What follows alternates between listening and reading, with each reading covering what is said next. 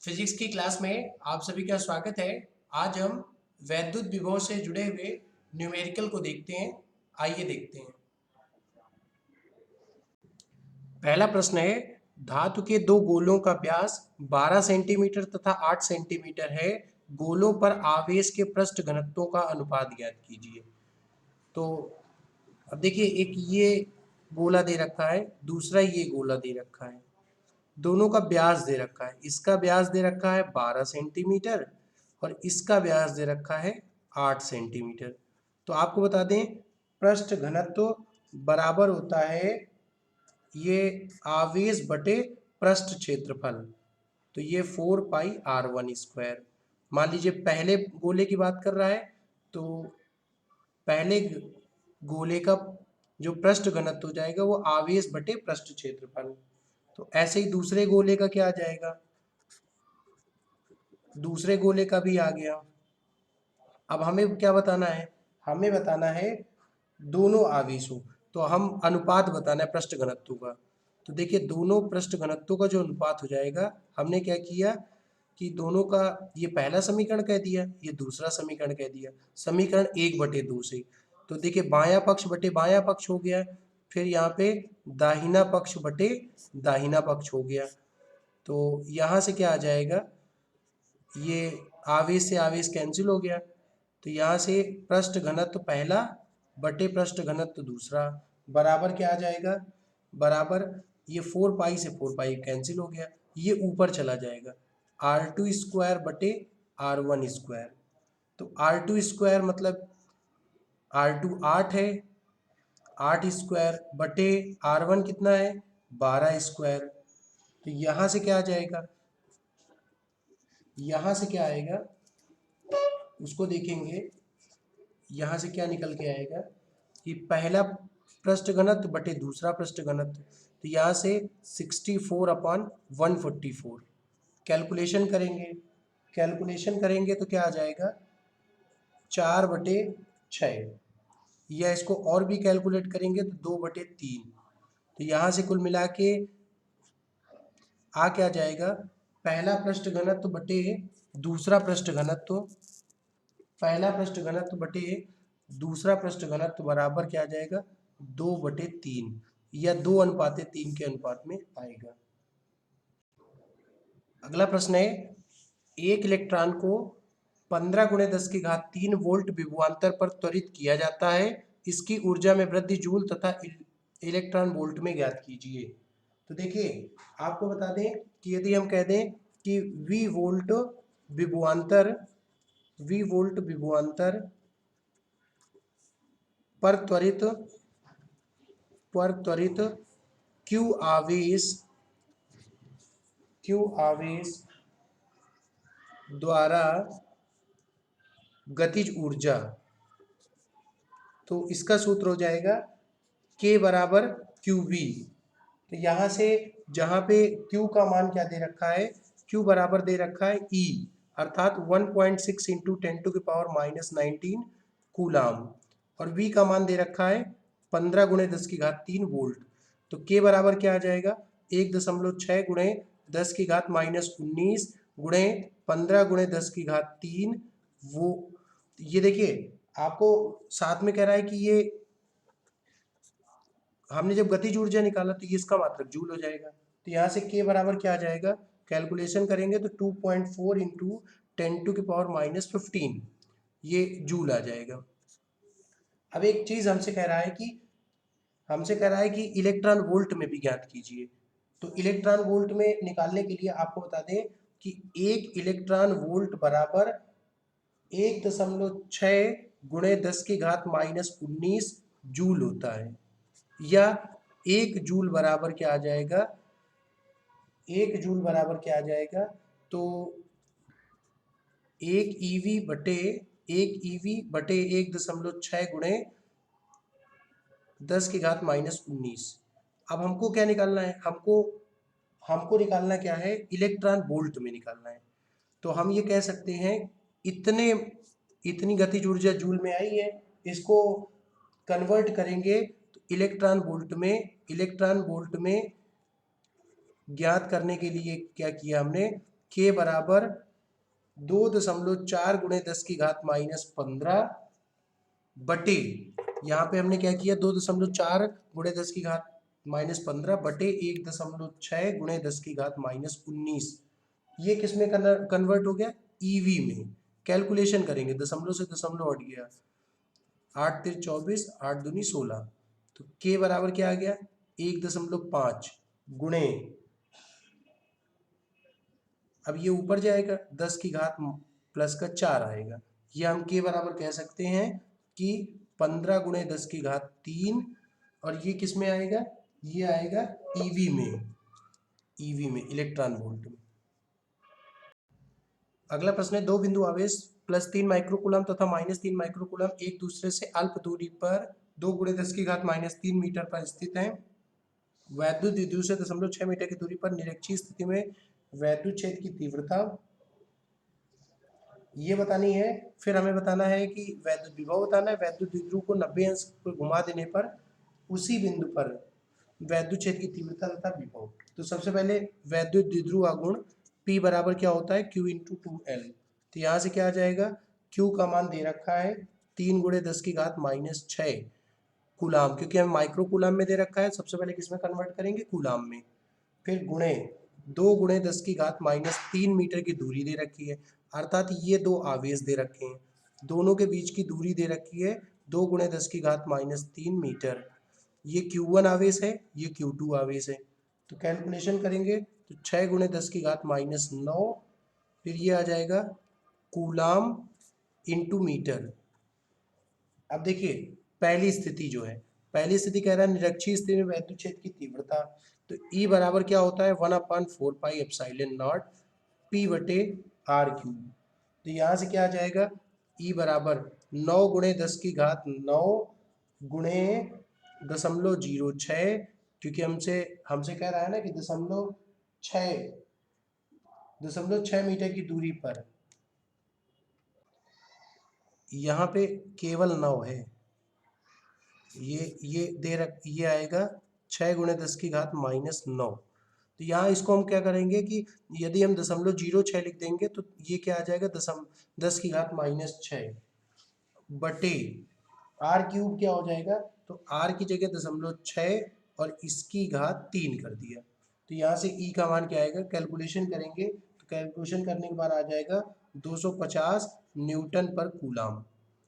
ये आपको बता दें निरक्षीय स्थिति में विभव जो होता है, विभव वो 0 होता है। फिर दूसरी बात हमसे कह रहा है कि वैद्युत द्विध्रुव को 90 अंश के कोण पर घुमाने पर, तो आपको बताते हैं 90 अंश का कोण घुमा देंगे तो यदि हम निरक्षीय स्थिति ऊपर की तरफ है, 90 अंश का कोण बना देंगे तो अक्षीय स्थिति आ जाता है, अर्थात 90 अंश का कोण घुमा देंगे तो अक्षीय स्थिति आ जाता है। अक्षीय स्थिति में वैद्युत क्षेत्र की तीव्रता का सूत्र होता है E बराबर 1/4 pi epsilon not 2P upon R cube. तो यहाँ से क्या आ जाएगा, यहाँ पे 2 गुणे सीधे सीधे कैलकुलेशन या ऐसे भी लिख सकते हैं 1/4 पाई एप्सिलॉन नॉट P बटे R क्यूब। इसका मान हम लोगों ने ऊपर निकाला है, कितना आया था, इसका मान 250 आया था, 2 गुणे 250 मतलब ये क्या आ जाएगा 500 न्यूटन पर कूलाम। तो यहाँ से विभव निकालेंगे, ये विभव निकालेंगे तो क्या आ जाएगा, विभव का सूत्र होता है 1/4 पाई एप्सिलॉन नॉट P बटे R स्क्वायर। तो यहाँ से क्या आ जाएगा 9 गुणे 10 की घात 9 गुणे 0.06 गुणे 10 की घात -6 बटे 0.6 का होल स्क्वायर। कैलकुलेशन करेंगे तो 150 वोल्ट। ये आपको बता दें कि ये चीज़ कहाँ से आई है, हम लोगों ने ऊपर की तरफ P का मान निकालना है, P का मान निकाला है 6 गुणे 10 की घात -9, उसको हमने क्या किया दशमलव में कन्वर्ट करेंगे तो 0.06 गुणे 10 की घात -6। एक प्रश्न है कि इस चित्र के अनुसार VA माइनस VB का मान ज्ञात कीजिए। सबसे पहले विभव का जो सूत्र होता है वो उसकी परिभाषा तो ऐसी ही होती है ना कि अनंत पर स्थित किसी परीक्षण आवेश को वैद्युत क्षेत्र के भीतर लाने में किया गया कार्य तथा परीक्षण आवेश के अनुपात को वैद्युत क्षेत्र की तीव्रता कहते हैं, वैद्युत क्षेत्र का विभव कहते हैं, वैद्युत विभव कहते हैं। तो यहाँ से सूत्र इसका क्या बनता है, इसका बनता है 1/4πε0। अब देखिए यहाँ पे Q/R बनता है। यदि हम VA के कारण निकालेंगे तो 1/4πε0 Q/RA। तो VA बराबर, अब देखिए यहाँ से लेके यहाँ तक के बीच की दूरी कितनी दे रखी है, 2 मीटर। तो यहाँ से क्या आ जाएगा, सीधे रखेंगे 9 × 10⁻9 गुणे Q का मान दे रखा है 1 × 10⁻6 बटे RA का मान दे रखा है 2 मीटर। फिर हमें VB का मान निकालेंगे, तो VB का मान निकालेंगे तो VB बराबर भी क्या आ जाएगा 1/4πε0 Q/RB। तो यहाँ पे क्या आ जाएगा 9 × 10⁻9 गुणे 1 × 10⁻6 बटे 1। तो यहाँ से क्या आ जाएगा, यदि हमें निकालना है VA माइनस VB, तो ये इसका मान क्या निकल के आएगा, इसका मान आएगा, VA का मान रखेंगे तो VA का मान रखेंगे तो ये क्या आ जाएगा, कैलकुलेशन करेंगे तो 4.5 × 10⁻³ आ जाएगा, और इधर क्या आ जाएगा 9 × 10⁻3। तो इसका क्या देखते हैं, यदि इसको सॉल्व करके तो ये क्या आ जाएगा 4.5 × 10⁻³ माइनस 9 × 10⁻3। तो ये जो आएगा ये किस में आएगा, ये वोल्ट में आएगा। कैलकुलेशन करेंगे तो ये क्या आ जाएगा -4.5 × 10⁻³ वोल्ट, या हम इसी को लिख सकते हैं -4500 वोल्ट। यही इसका आंसर होगा। प्रश्न है, यूरेनियम 238 नाभिक के 2 प्रोटॉन 6 × 10⁻15 मीटर दूरी पर स्थित है, तो वैद्युत स्थितिज ऊर्जा का मान ज्ञात कीजिए। वैद्युत स्थितिज ऊर्जा का सूत्र होता है U बराबर 1/4πε0 Q1 Q2 बटे R होता है। तो आपको बता दें कि मान रखेंगे U बराबर, इसका होगा 9 × 10⁻9 गुणे इसका हमसे करा है प्रोटॉन। तो आपको बता दें कि यदि किसी नाभिक की बात करते हैं, इस नाभिक में तो प्रोटॉन और इलेक्ट्रॉन दोनों होते हैं, अर्थात E का मान किसके बराबर होता है, प्रोटॉन के बराबर होता है। E बराबर P होता है, तो इलेक्ट्रॉन में जो आवेश होगा वही प्रोटॉन में आवेश होगा। तो ये हो जाएगा 1.6 × 10⁻−19। दूसरे में भी इतना ही हो जाएगा 1.6 × 10⁻−19 बटे R का मान कितना दे रखा है 6 × 10⁻−15 मीटर। कैलकुलेशन करेंगे U बराबर क्या आ जाएगा 3.84 गुणे 10⁻14 जूल। आप लोग कैलकुलेशन जरूर करिएगा।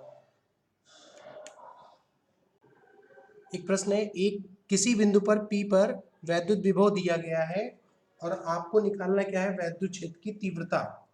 आपको बता दें कि हमें V विभव दे रखा है, 3D शेप में दे रखा है 6x - 8xy² - 8y + 6yz - 4z²। आपको वैद्युत क्षेत्र की तीव्रता निकालनी है, मतलब वेक्टर E निकालना है। तो ये क्या आ जाएगा, तो आपको बता दें कि कल हम लोगों ने रिलेशन पढ़ा था वैद्युत क्षेत्र की तीव्रता तथा विभव में, मतलब वैद्युत क्षेत्र की तीव्रता तथा विभव में ये पढ़ा था कि वैद्युत क्षेत्र की जो तीव्रता होती है वह विभव में विभव तथा दूरी के अनुपात के ऋणात्मक मान के बराबर होता है। तो वैसे ही हमने लिख दिया माइनस का dV/dx, क्योंकि आई कैप के साथ में है, आई कैप के साथ में है।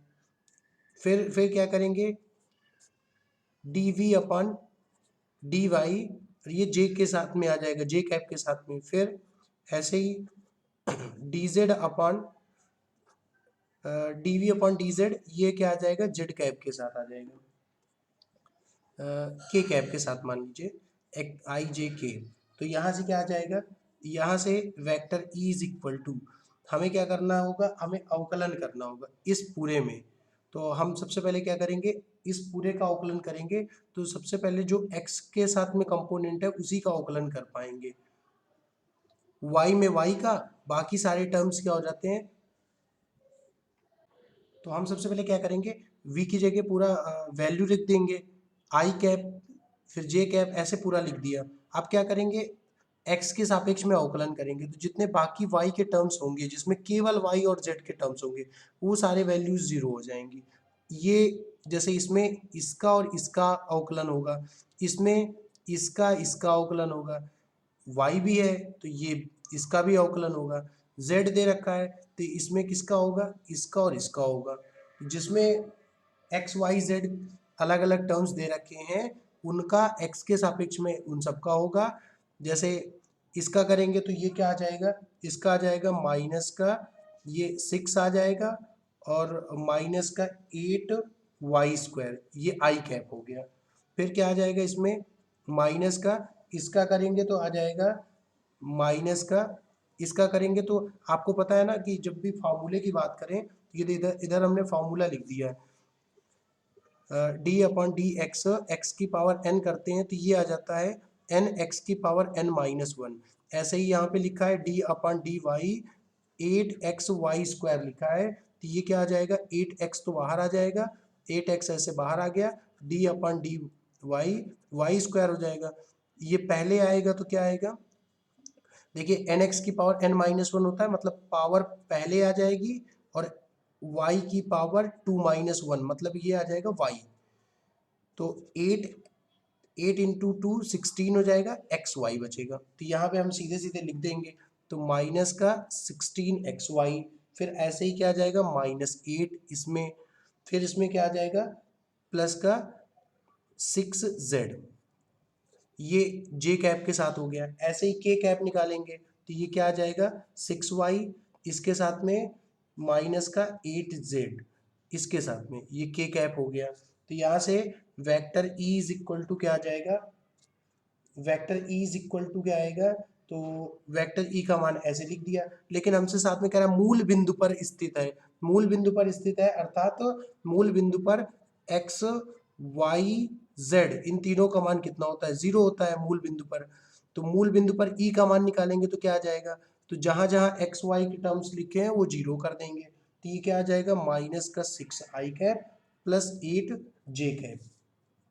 यदि परिणामी की बात करें ई की बात करेंगे तो अंडर रूट आई मतलब आई कैप का कंपोनेंट का होल स्क्वायर -6² प्लस जे कैप के कंपोनेंट का होल स्क्वायर मतलब 8²। तो ये ई इज इक्वल टू क्या आ जाएगा 10 न्यूटन पर कूलम। एफ की बात करें तो एफ बराबर क्या होगा क्यू ई हो जाएगा, तो ये क्या बचेगा 2 × 10 तो ये क्या आ जाएगा 20 न्यूटन, ये 2 कूलम बिंदु आवेश पर बल आ जाएगा। अगला प्रश्न है एक कैथोड किरण कंपनदर्शी में प्लेटों के बीच 6.25 mm तथा इनके बीच 3.125 किलोवोल्ट का वैद्युत विभवांतर स्थापित किया जाता है। इन प्लेटों के बीच उत्पन्न वैद्युत क्षेत्र एक कैथोड किरण को कितना त्वरण प्रदान करेगा। सबसे पहले वैद्युत क्षेत्र की तीव्रता तथा विभव में संबंध होता है E बराबर V/D। तो हम क्या करेंगे मान रखेंगे 3.125 इंटू 10⁻³ क्योंकि किलो वोल्ट है तो हम किलो वोल्ट को वोल्ट में कन्वर्ट करेंगे तो ये वोल्ट में माना जाएगा। और दूरी दे रखी है 6.25 mm को मीटर में कन्वर्ट करेंगे तो 10⁻³ आ जाएगा। कैलकुलेशन करेंगे तो ये क्या आ जाएगा 5 इंटू 10⁵ वोल्ट प्रति मीटर। अब देखिए F बराबर क्या होता है E इंटू ई आ जाता है तो F बराबर 1.6 इंटू 10⁻⁻19।